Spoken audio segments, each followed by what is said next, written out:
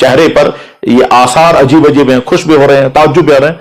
बाद में उस पादरी से उन्होंने 2-3 जुमले फरमाए। किसी ने सवाल किया हजरत क्या है ये पर्चे में? फरमाया जब हम काफिर थे और अल्लाह के नबी उस जमाने में नहीं थे, मैं यहां मुल्क शाम आया था ऊंटों का नौकर बन करके, तो इस पादरी ने मुझे देखकर कहा था तू एक जमाने में इस मुल्क का सरबरा बनेगा।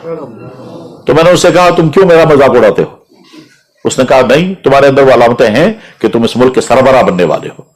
मैंने उसे फिर मना किया, ताज्जुब किया और कहा क्यों मेरा मजाक उड़ाते? उसने कहा नहीं ऐसा होगा।